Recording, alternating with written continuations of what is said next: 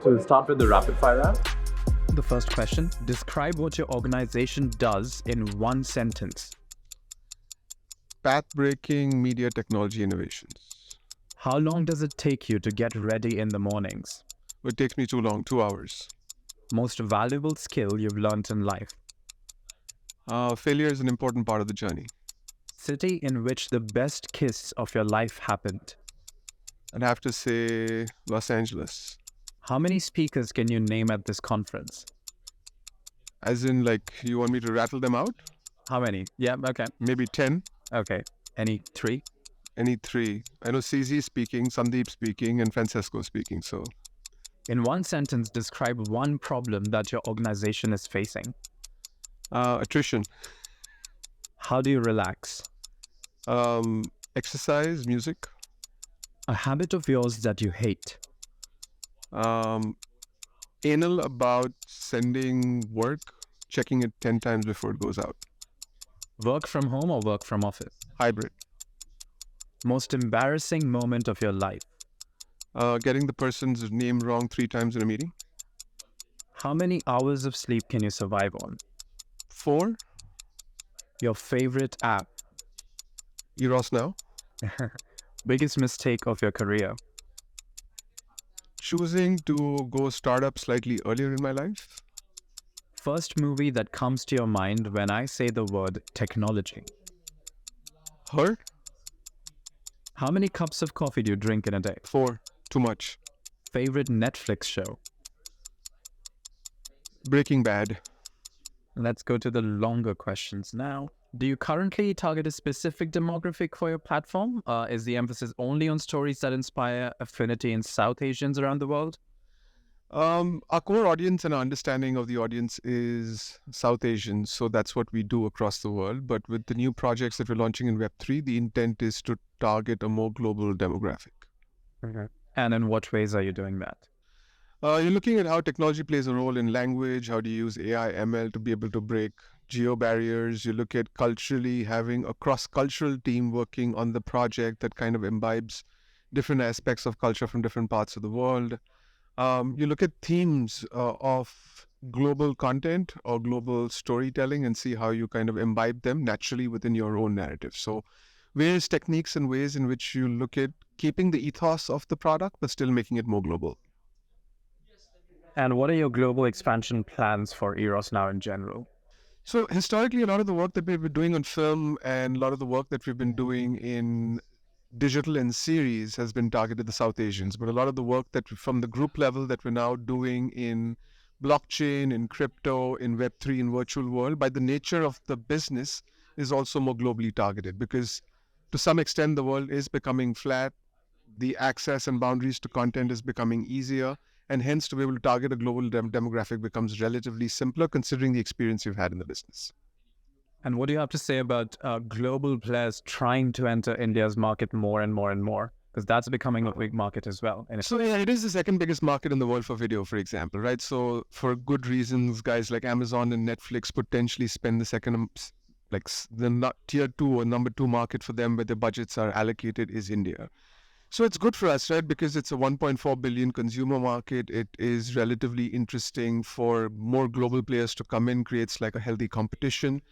And in general, everybody investing in the market makes the market grow. So in a way, it's a good mix. Video and OTT is a good space, a good example, potentially one of the only examples in the world where there is as much international competition as there is domestic competition. So what presently gives Eros Now a significant advantage in the face of this competition? So we're competing with them with India, right? But our competition is looking at global South Asian audiences. So we distribute around the world, whether it's in the US, whether it's in China, whether it's in Africa, different parts of the world, right? So for us, the competition is more in terms of how do we garner more monthly subscribers and get them to spend more time on the product. And that becomes a deviation as compared to what a Netflix can do in Africa because their target content for that market might be different. So in a way, they're competition in some cases, they're alliance and partners in some cases. So it's a mixed bag of both. So what would you have to say about certain OTT companies reducing their subscription costs in India in particular? What has happened in the market there? I think they're soon realizing that it's not a simple market like the others around the world. It's not like you open your subscription gateway and you are able to access the consumer set. Price point affinity is a large part of a consumer decision, in addition to several other factors. So it was a natural progression for all these companies to start high. So I think Netflix probably started somewhere around, maybe it was $3.99 or $4.99, and then it's down to $1.99. But Amazon, as an example, started with probably 99 a month or 129 a month. This is Indian rupees, right? As an example. So different people made different decisions, and now they're all course correcting. It's a part of business. So what are your thoughts on the current premium cinema landscape? Where do you think premium cinema is headed? What next can we expect from Eros now as a premium cinema provider? So I think from a premium cinema provider, you're going to see a lot of interesting stories that are independent of talent, more focus on narrative, more focus on globalization as a principal concept, which is very different from what some of the other incumbents are doing in terms of premium cinema. From an Eros Now perspective, I think we continue to focus on technology. I think technology plays a massive role in our culture, in the way we kind of built the product and the team around the world. And I think we continue to invest in that with a lot of what we have done historically and then more of that going forward. So, Saksham, actually, there's two parts of the story, right? One's obviously Eros Now. There's a lot of work that I'm also talking about tomorrow in terms of Web3, which is not some of it publicly known, more from a group level. But I'd also like to kind of bring that in, if that's okay with you. Yeah. So what we're creating in the Web3 space is along the lines of like a Star Wars meets Avengers, but rather than starting from a film, we're starting from a Web3 as the entry point for the project, right? And the film becomes an eventuality of the product. So we've announced the trailer, we've announced the website, we've got some fabulous love. The YouTube trailer already has over 1 million views in less than 10 days from launch. It's essentially a story that's based on deep mythology, but set in a narrative which is 100 years in the future, looking at sci-fi and action as primary genres, right? So that's the way we're building this product. It's about looking at stories that are mass adoption in nature and looking at how we're able to get the gaming slash virtual world slash Web3 audiences to kind of imbibe in it.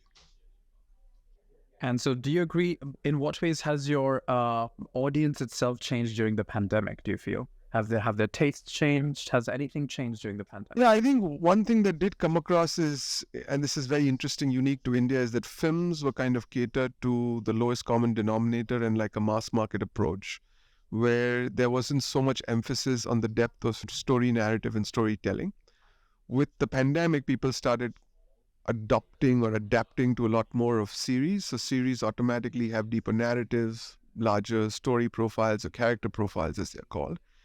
And then there was a sizable audience that kind of shifted an expectation to better quality storytelling with narratives rather than just the power of the superstar, as an example, right? Which was a change. Films that don't really make the cut from a quality perspective or not necessarily a theatrical films, audiences would just love to see them on digital rather than hitting a movie theater first and then going. And also the windows have cut down, right? Historically or erstwhile, the windows used to be as long as 6 months or 12 months for a film to come on to digital, but they now come on as soon as even 4 weeks from their theatrical premiere. And so where do you think the power of the superstar is headed in the age of digital? I think the concept of superstar changes, right? TikTok influencers are superstars. Digital humans could be superstars. Your avatar could be a superstar, right? So the concept of superstar was born in the concept in the world of films. It kind of changed a little bit in the world of television. It changed a little bit in the world of digital. It'll change in the world of in the world of Web3. So the concept of the superstar still remains alive. It's just that who are these individuals or people or groups or companies kind of adopting these new policies to then create a fandom for themselves. So how would the concept of marketing a superstar change in the coming years? I don't know. I think the concept of a superstar historically has been more aloof, like aspirational aloof. The concept of a superstar is now changing to be more inclusive, more grounds up, more involving the community. And I think that's a large deviation from what the initial strategy used to be. And I think companies and people need to adopt that change.